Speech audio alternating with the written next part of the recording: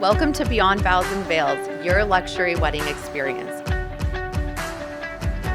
Our podcast, I feel, is a treasure trove of inspiration and insight for newly engaged couples. Join us as we have captivating stories, expert insight, and real wedding experiences that you can listen and learn from. Welcome back, listeners. Thank you for tuning in each week to listen, learn, and discover more ways to make more informed decisions on your wedding planning journey. I'm Brittany Ellis, a seasoned wedding planner specializing in South Asian weddings and the owner of Eventrix Weddings. Since our launch this past October, I've received a lot of feedback, and I really want to honor the community that we've created so far. It seems that budgeting is a popular topic on everyone's minds. So today we're diving into a subject that weighs heavily on many couples: the true cost of an Indian or fusion multi-day cultural wedding these days, and how to navigate it with mindfulness and intention. So we're going to explore how to maximize your investment and to be intentional with your spending to create a meaningful and memorable celebration. Indian weddings are renowned for their grandeur, vibrant traditions, and the sheer joy they bring to everyone involved. But let's face it, behind the scenes, there's a whirlwind of planning, decision-making, and yes, spending. With many weddings becoming increasingly elaborate, the question many are asking is, how much does all this really cost? In today's episode, we're not just breaking down the numbers, we're going to arm you with strategies to create a budget that works for you, share tips on how to be mindful with your expenses, and inspire you to plan your wedding with intention. So whether you're dreaming of a lavish celebration or like an intimate gathering, these episodes are going to be packed with some insights to help you plan a wedding that reflects your values without emptying your pockets. So grab a cup of chai, sit back, and let's embark on this journey together. By the end of this episode, you'll be ready to tackle your wedding planning with confidence and clarity, ensuring your special day is as meaningful as it is memorable. Let's get started. Hey everyone. Today's podcast is something that I've been procrastinating doing. Rather not, we've just been in busy season and now we're kind of in that lull time. So I'm glad to be chatting today about budgeting, why it's important, what's the significance behind it, and just genuinely how to maybe navigate some of the events that you're planning and how to offer maybe a little bit of insight and support. So first and foremost, one of the questions that I get all the time is, Brittany, how much is this wedding going to cost me? Or Brittany, can you give me an average now that you kind of know a little bit about my event on like a ballpark figure that I can expect to spend? You know, there is no average wedding budget. I just want to break that bubble right away because I think that there's like this sort of stigma going on right now in the industry because pricing is so high that, you know, couples do need a sense of direction. And so I'm hoping that this podcast sort of helps break that down. So let's talk a little bit about what plays into the average cost or overall expenditures of anybody's wedding or celebration. So again, it doesn't matter if your budget is, you know, less than $200,000, more than $200,000 plus, whatever the range might be for you and your family. Essentially, one of the biggest contributing factors is going to be your venue, your food, and your beverage. So breaking that down even further, we always say, who's all coming?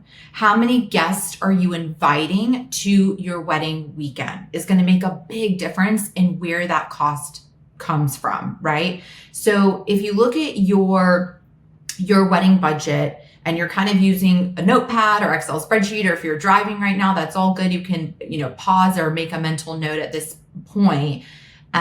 So the first thing you're going to need to decide is obviously essentially a location or a where. So I always tell couples to maybe just use more of like a generic hotel pricing to support in their initial budget drafting, because trying to select a property like, oh, we're going to host this Sangeet at my home, or we're going to rent this banquet hall, or we saw this very unique destination location, but it's not associated with a property. Those things can be really complicated budget out. And usually that's something that I would suggest to couples when you get to that wedding planning stage where you're ready to have somebody support you with the journey. That would be a lot better to kind of give to that professional to price out for you accordingly, as opposed to you trying to attempt to do that. So let's talk more generic pricing for now. So generic pricing is, let's say that you want to get married in, I don't know, Orlando. Okay. And maybe you don't want to get married at a 5-star property, maybe a,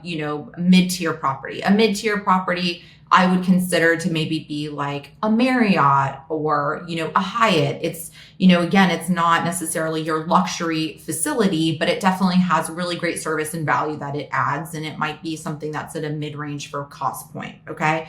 So one of the things I would recommend that you do is you reach out to that property and you obtain pricing from them, right? So what is the per person price for either a menu that they could otherwise provide for you, or what we call in the industry as an outside catering fee or a forkage fee? Essentially, what is that per person price in order for you to bring in your own caterer to provide whatever meals that you're trying to provide over the weekend? So rather that just be for the Sangeet and the post-wedding lunch and the dinner, or is it also for like that hospitality room, that downtime in between your functions where people are showing up for coffee and tea? Is that something that the venue can provide or the caterer can provide?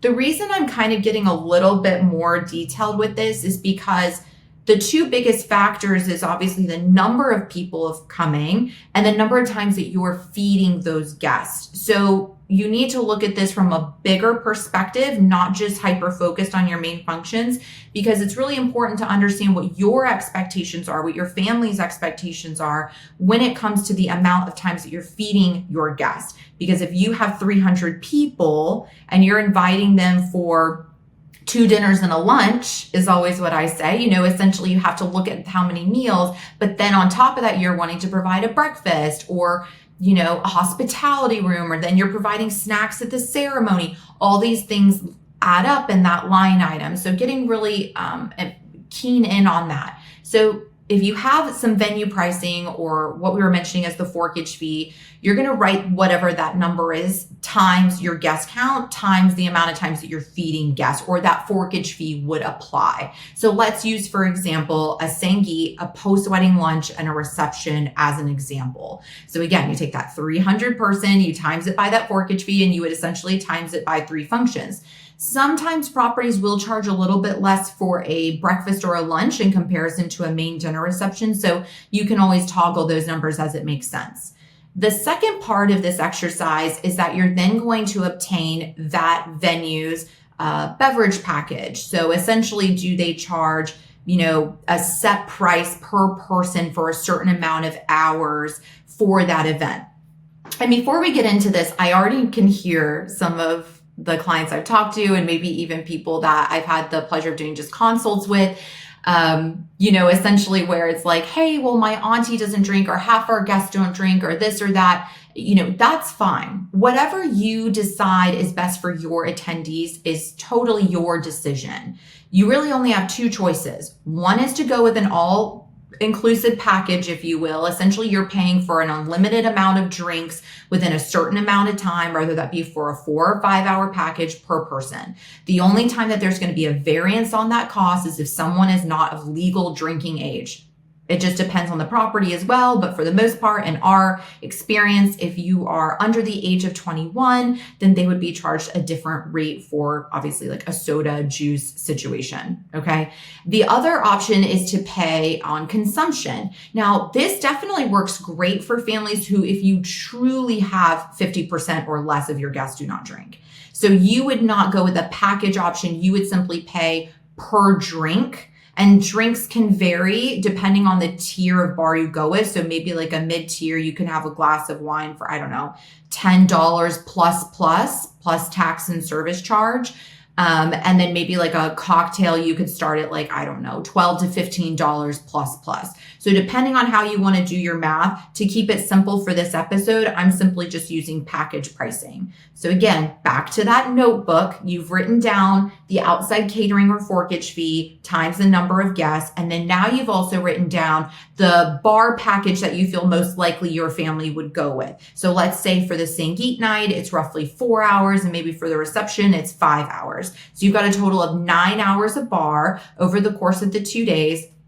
And so you would essentially times that by your guest count, right? So that you can figure out from a venue cost perspective only, what is a rough ballpark that I can expect to spend at this facility. Please do not forget your your service charge. So service charge can sometimes vary between 24 to 28%. Sometimes that's broken out, but that's essentially a rough guesstimate for the state of Florida. And then a 7% sales tax. Sometimes that also will vary just depending on where you're hosting your actual function. That tax and service charge obviously is not a small number. So you want to make sure that you do include that on your allocations. So if it's, I don't know, $40 plus for a forkage fee for a lunch, then you would simply tag on that 24% and that 7% on top of that to get your total ballpark figure, if you will. Again, we're talking more high level just so that you can get a sense of cost when you are having these conversations with family. So I know I've been talking about venue, food, and beverage a lot, and there's a reason for that. Most of your budget, I should say 50% of your budget, if not a little bit more, is going to be the food and beverage and venue expenditure, depending on the tier of property that you choose. Everything that's left from that budget allocation is obviously dedicated towards people like your wedding planner, your DJ, your photo video team, various other vendors that you're going to be hiring. So the chosen property is critical to ensuring that you actually remain on task and target with that budget. Because the venue, if you decide to pay for a forkage fee where you can bring in your own caterer, the venue is simply providing you the space and potentially some rentals like the china, the cutlery, the service staff to support with that event, and then standard potential tables, chairs, and linens. That is not including what the actual food cost is. That is a separate line item that you would obtain with your caterer. So if you have a preferred caterer in mind, especially if they're local to the area you're potentially looking to host your event, you would give them a call, get some average pricing of what they're charging for some of the different functions you're researching. And then again, you would take that number and then times that by the amount of meals that you're hosting. So now you've got a total picture of not only is what is the service going to cost for this event, what is the potential menu cost going to be for this event, and then how much is it going to be for bar packages. When you summarize all of that up, that gives you a really healthy understanding of where the core factors of your budget are going to come from. And so whenever clients, again, ask me what's an average cost to an event, it really depends on the location that you're wanting to plan this, because if food and beverage minimums are lower in certain areas and they're higher in other popular areas, that's a big factor right there. That might be a process of elimination for you. And then just in general, I always say to clients, I want to throw that question back to you. What is your expectation for the amount of times that you're feeding guests? And what is your expectation from a vendor perspective? For example, if a bride comes to me and she shows me a portfolio that is fabulous, but I know her dinner reception is going to be minimum $120,000, if not more, just for that one function, but her overall budget is $350K, like something might not be adding up there. And so essentially you want to make sure that you're being intentional with this spend after you have like kind of your statistics in place. Okay. So that's kind of the first segment I wanted to talk about, which is what is an average cost? Again, there's no average cost. It really is based on when you come to your wedding planner or your professional, be prepared to be very clear on how many people or the range of top guest count you're going to land on and what your expectations are for the amount of times that you're providing hospitality for your attendees. Okay. So the second thing that I'd like to just kind of jump into is creating that overall wedding budget. So we talked a little bit about like just kind of setting yourself up for success in the venue and the beverage and the food area. But now I want to talk about understanding how to hire your vendors and like certain percentages to potentially keep in mind. So this is definitely not an exact, so I want to be really clear. I'm kind of taking a super high level on a budget. Obviously, I would highly recommend that you work with a professional who's going to customize and outline specific for you so that you can understand all of the budgetary outlines available to you when you're looking at your wedding, right? But from a percentage perspective, and just for the purpose of this podcast, I'm going to kind of chat about some numbers that might be supportive. So if roughly 50% or more of your budget is literally going to be just your venue, your food and beverage, again, completely contingent on what type of property you go with. If you go with an offsite property, maybe they have a little bit more bang for their buck because they come with some tables and chairs and inventory and they're charging you a very, low rental fee, but they have a kitchen available and you're just having to hire service staff, maybe. And most times those costs sort of equal out. You're almost better just going with a resort if you're trying to be super budget conscious. But how you allocate the percentages of your overall budget do make sense, right? So for the most part, the sections that you would want to consider getting that notebook back out is you now have your venue, food and beverage, and then you would go into, if you are going to be hiring a wedding planner.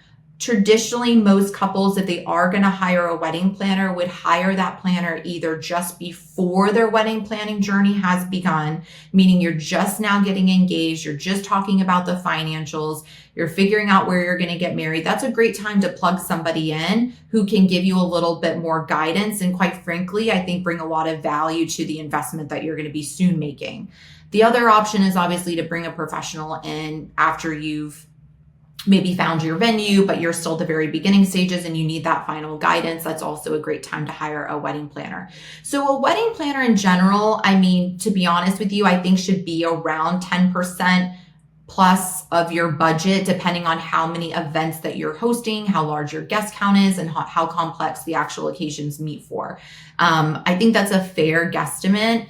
And again, your other vendors probably should be between 8 to 10% also of that allocation. So rather that be your DJ/lighting team, potentially your photo video crew, and other various, percentages for like hair and makeup, or if, your priest, miscellaneous expenses, like if you're including your attire in that cost.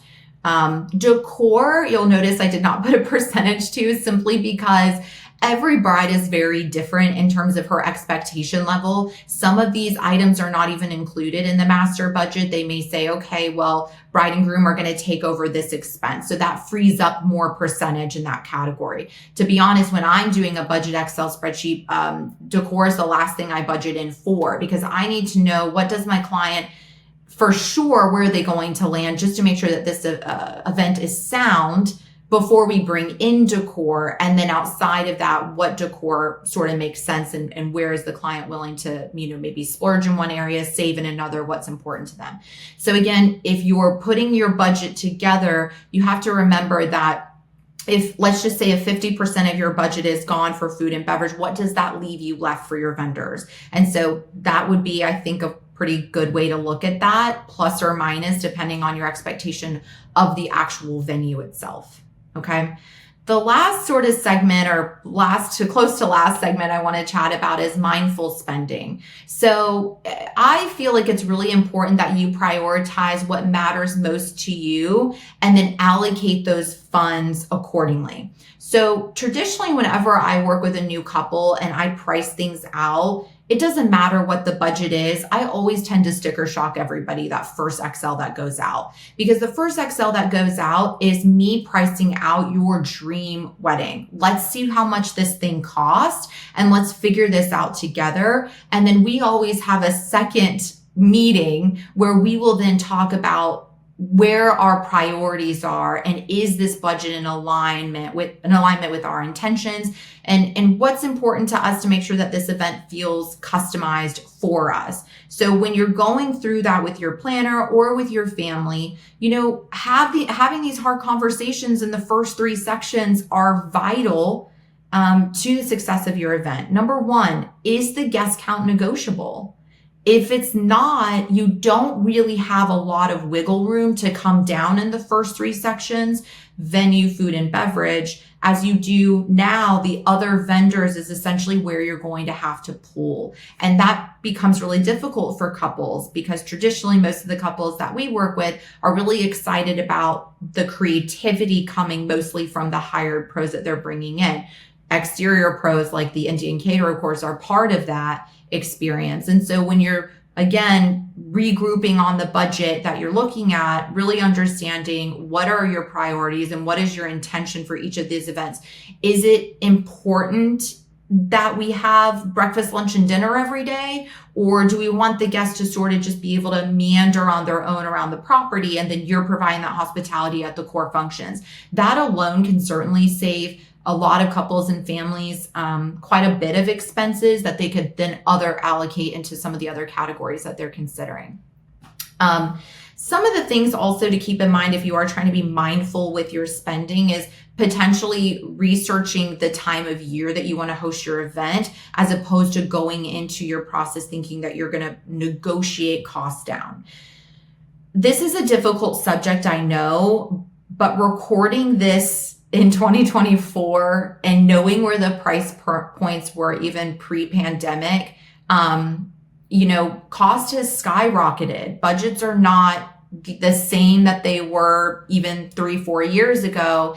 And so making sure that your expectations on when you're going into planning your event isn't that you're going to kind of be able to negotiate all these prices down, especially if you're wanting higher tier vendors. The reason I say that is because since the pandemic, weddings are back, corporate business is back, and people have to obviously still meet the demand, but also inflation's a real thing. Labor costs are higher, and there's just a general thing going on in the industry, as there is everywhere else, that costs are just a little bit higher.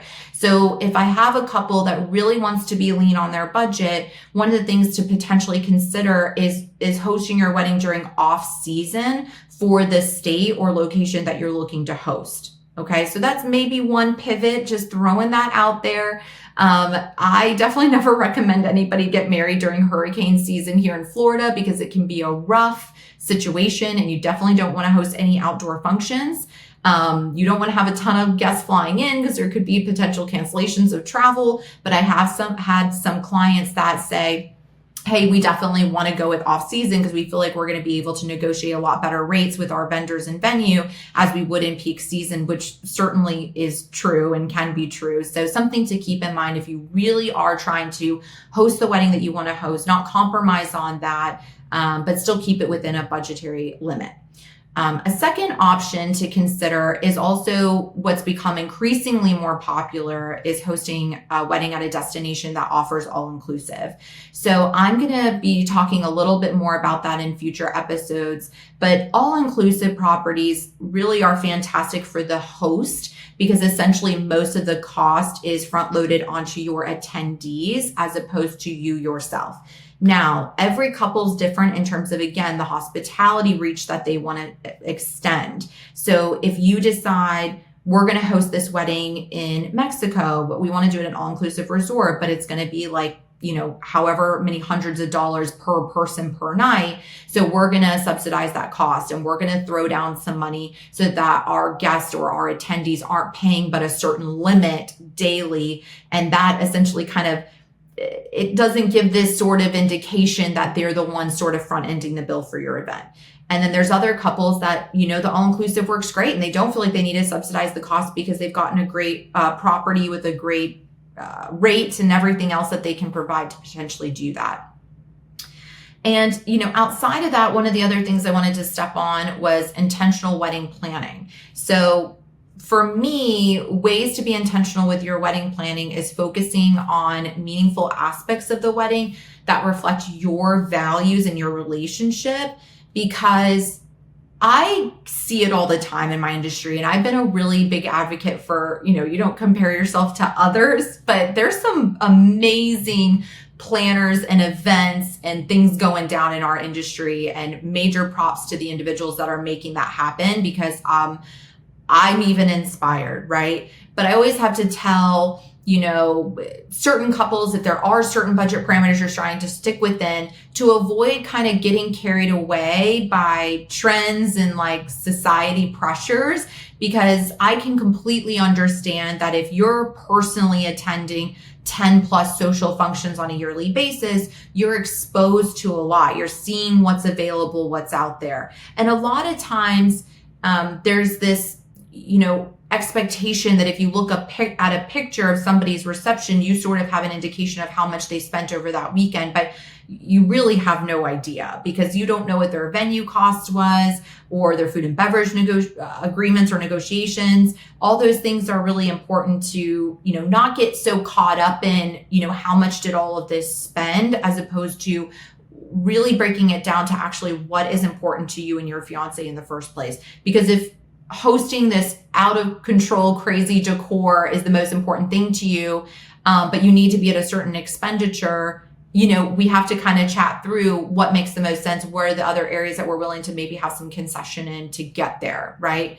I also think that being intentional with your wedding planning is also choosing your vendors wisely. I cannot emphasize this enough. I feel like there's sort of this navigating path that clients go down, and they're interviewing different people, and then they're interviewing so many people that by the time that they've come full circle to maybe the first batch of reach outs, like their dates are no longer available, or they're not able to offer that pricing anymore, or whatever it might be, right? And so you don't want to shoot yourself in the foot by reaching out to so many people per category, because at that point I feel like you're just searching for the right, like the exact price that you want, as opposed to aligning with a vendor that aligns, quite frankly, with your vision, your ethics, the things that you value, and bringing this event together. And in general, I think that that's probably just a rule of thumb to carry throughout your entire wedding planning process. So if you're not being intentional with the wedding planning journey from the beginning, I think it's just going to show up for you as a hardship later down the road. So pulling that back, what I mean is, when you're creating your budget and you're putting these, allocations together, and you're getting a true sense of your cost, really understanding in each of your vendors what is important or non-negotiable for you to obtain. So let's say it's a photographer, for example, and you feel that photography is the most vital aspect of your wedding weekend, because it's the only thing that you're essentially going to have left in terms of memories and keepsakes when that event is over. So that there is a certain editing style or a certain expectation that you have of that professional to provide you for your wedding weekend. And you're willing to spend up to, be very clear with yourself, because pricing for photography is crazy, and no hate to any photographer, I root them on, good for you. But you need to be really clear about what your cap is that you're willing to spend at a premium price for that photographer. And before you create that cap, sort of be clear about what the market pricing even is. And so market pricing is, maybe shop a vendor you're really interested in. Doesn't hurt anybody to reach out to a vendor that you love and you respect and say, hey, I'd love to partner with you. What's your price point? Pick what that vendor is if you truly have no idea. Otherwise, you can ask your wedding planner, or, you can certainly ask around for some ranges to, kind of be within a certain range of that. But what I'm getting at is that kind of sets the precedence of, okay, I've reached out to this vendor that I love. I know what their price point is. This is what it is. Either it's obtainable or it's within a certain scope of what you were thinking is great. But if it's not obtainable, right, then, that's something else to keep in mind. Is there any other photographers that maybe don't charge that type of premium, but have a similar editing style that I don't feel like I'm going to compromise, or whatever it might be, right? I'm just trying to give it kind of like a high level example here, but essentially the most important thing is to focus on, the actual vendor, what you feel like you're going to get. Are you getting value for what you're spending? And you can just go down the line with your partner. I think it's a really intentional conversation to have. Hey, what is most important to us when it comes to hiring a DJ? Is it important to us that he's super lively with the crowd? Is this a cultural event, like a fusion wedding, where he would need to know both like maybe South Asian music and also, more like modern hits today? Like, what is it that's important to you? Does he need to provide lighting? Do you feel really strong that your designer should provide that item instead? And so that just DJ needs to be amendable to allowing your designer to be the one that provides all the lighting. These are just kind of questions that maybe you don't even know what to ask. But if you're not working with a planner already, you just want to get really clear and intentional about what are your overall goals when you're hiring these professionals, and what are the things that they need to make sure that they're meeting. So just to recap, I want to make sure that we just go through a couple of the things that we discussed, because this was a lengthier episode for me, and it's something that I've been procrastinating, but I've really felt really good about launching it now. So to recap what we've talked about today, the average cost of an Indian or cultural event is still unknown to me, but I think that what's important to keep in mind is that that average cost can quickly be created by yourself by simply just a little bit of homework, by understanding where your biggest costs are coming from, which is your venue, food, and beverage, and how that's sort of adding up. And that will, I think, essentially support you with figuring out the rest of your budget from there. And again, hiring a planner, hiring someone to support you is always a great idea in the beginning of the journey.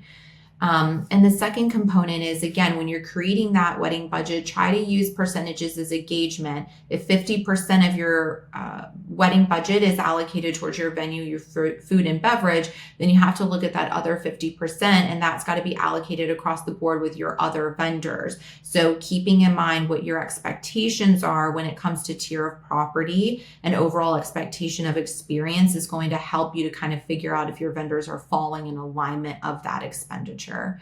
And also, I think it's really important, by the way, that you include a contingency fund for any unexpected expenses when you're putting these percentages together. Try not to be so dotted in that you don't allow yourself any wiggle room for different things that might come up that you otherwise maybe didn't plan for, or just in general, I think a contingency plan is really important. Also just being mindful with your spending. So I think that we just kind of touched on, prioritizing what matters most to you and making sure that you're allocating the funds in your budget accordingly. So if photography is the most important thing to you and your fiance, be willing to have the difficult conversation on what are the other things you're willing to compromise on in order to basically prioritize that vendor that is mattering most to the two of you. And lastly, just being intentional with your spending. Again, I think it's really important that we don't get carried away by trends and trying to keep up with what other people are potentially doing, and just focus on what is meaningful for both of you as a couple, and just reflect on the values that you have in your relationship, and what's the experience that you really want to call forth for your guests that are attending, your celebration, your union together as a couple. So lastly, I would really love it if you would please click to subscribe. This has been a really fun journey so far. And so I'm really encouraged by the community that we've continued to build, but we can't continue to build that community without making sure we have good subscriptions. So if you can please leave a review, subscribe to our channel, feel free to email our office if you have any ideas on things that you would love to hear about. But until next time, and congratulations to all of you.